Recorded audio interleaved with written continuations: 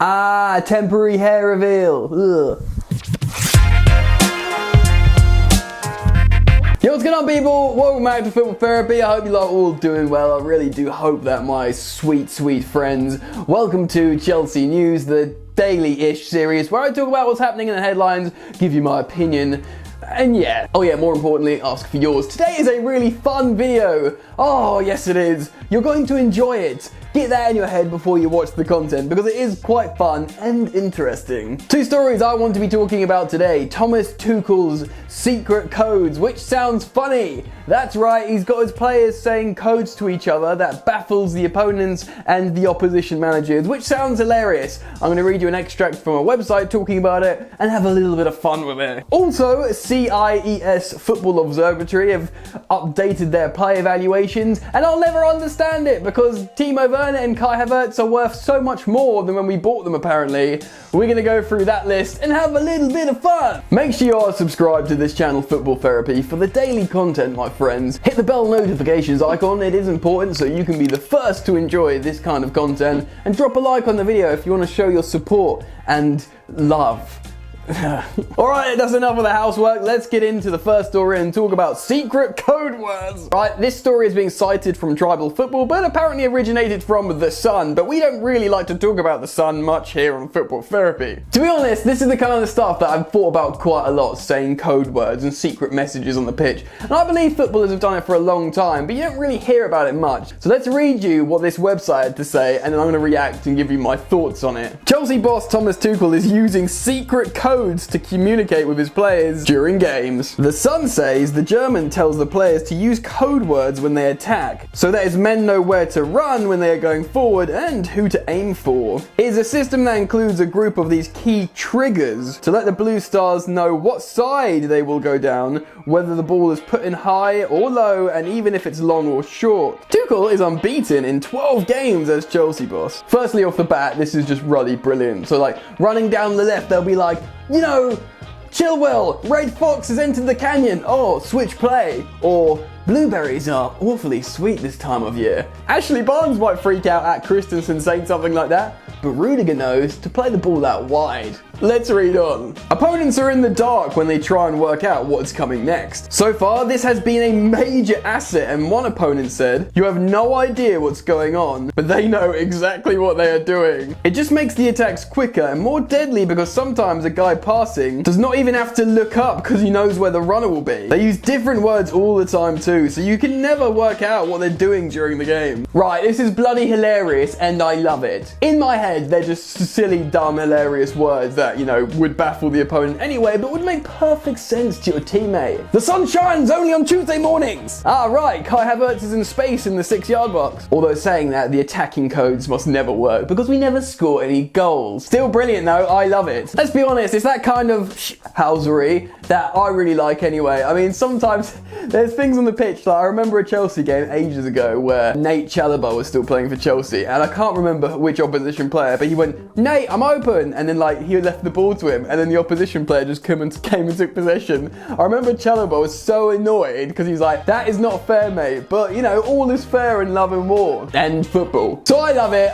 It's so annoying that I can't attend games at the moment. This is the one instance I'd like to attend a game with no crowd so I could hear this Chelsea team shouting absolute nonsense to each other, knowing exactly what each other mean, letting it benefit their game, and also baffling the opponent so they have no idea what's going on. I mean, if that's not comical brilliance, then what is? Especially if it makes your team win football matches. I'm here for it. I'm all for it. Let's hope it continues and works out for Chelsea and we actually score a few more goals. So let me know what you think of that down in the comment section below. What kind of code words would Chelsea players shout to each other and what would it mean? That would be a fun game. Let me know in the comment section below what you think about that. As we move on to the next part of this video and talk about some crazy player valuations. Right, this is coming from the CIES Football Observatory, which I'll be honest to you friends, I still don't really understand.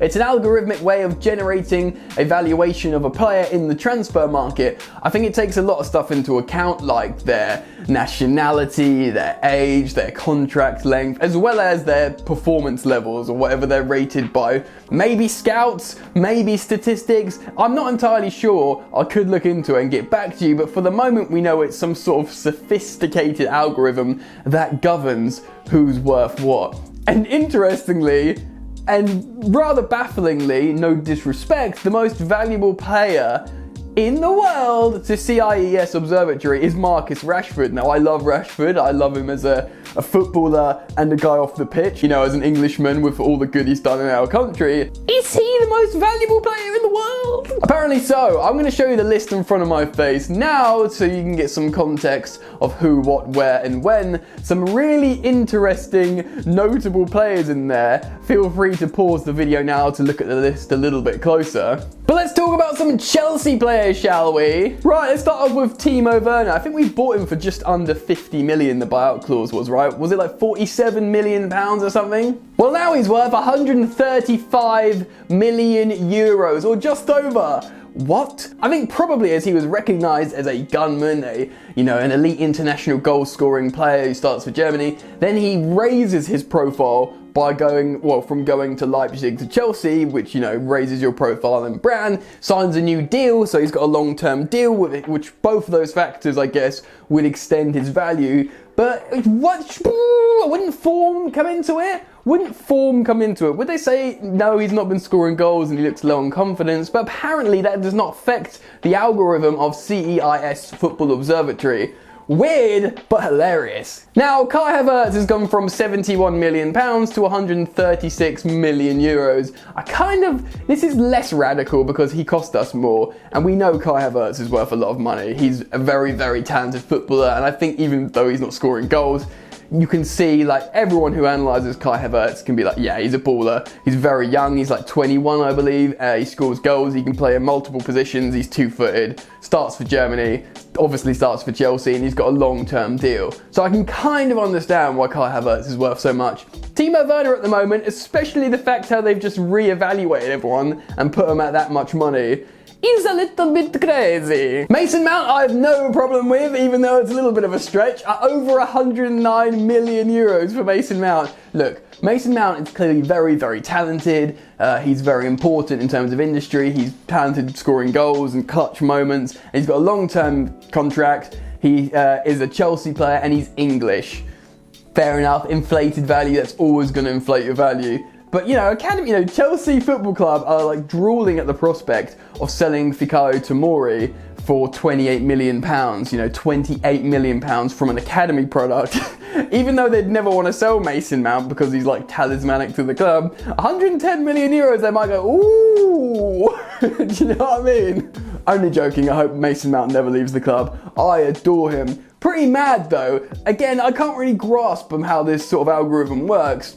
I mean, like I said, the aforementioned potential factors are, well, contract length is definitely one. I think nationality is one, which is sad, really. It shouldn't be, but it often is. And branding and stuff. I mean, the kind of stuff that you think shouldn't be involved in a player in terms of evaluating a player, like brand, nationality, maybe contract length. Surely it should be ability alone, and I guess maybe contract length. But no, these are the things that govern how much a player is worth, and that's pretty darn mental if you ask me. But in reality, I'm not so sure these prices reflect on what actual clubs would be prepared to pay for. Do you know what I mean? It all seems a little bit far-fetched. One thing that doesn't make sense is Jadon Sancho at 148 million euros, especially considering his contract length doesn't actually run till that long. So that's a little bit confusing. 2 years left and that much money. Erling Haaland at 152 million makes a lot of sense. So, Erling Haaland, yes, fair enough. Marcus Rashford does have me itching my head a little bit, but, no disrespect to the player. He is good, but he's out of form. Don't really understand it. Anyway, I think it's really funny. What do you think about these CIES Football Observatory valuations? Do you think they should be taken seriously? Because they always get referenced and cited in news articles and, whatever, broadcasts and stuff. So what makes it so special? And what makes them right? And are they right? Let me know your thoughts down in the comment section below. As we wind down, it's a pretty funny video. Hope you've enjoyed it. Drop a like if you have. Subscribe if you're new. Alright, enjoy the football. I'll see you later. Way so tough with that bad boy tuck. I'ma get it how I'm living, I'ma walk the walk. Outline my lines, I rap through thought. Body bag the verse, outlined in chalk. In my life seen trouble, hustle on the double, silence on the trigger like my pick got a muzzle. Yo, chick like to guzzle, bad boy stay in trouble. I only love this paper, sorry I don't. I laugh me, bitch.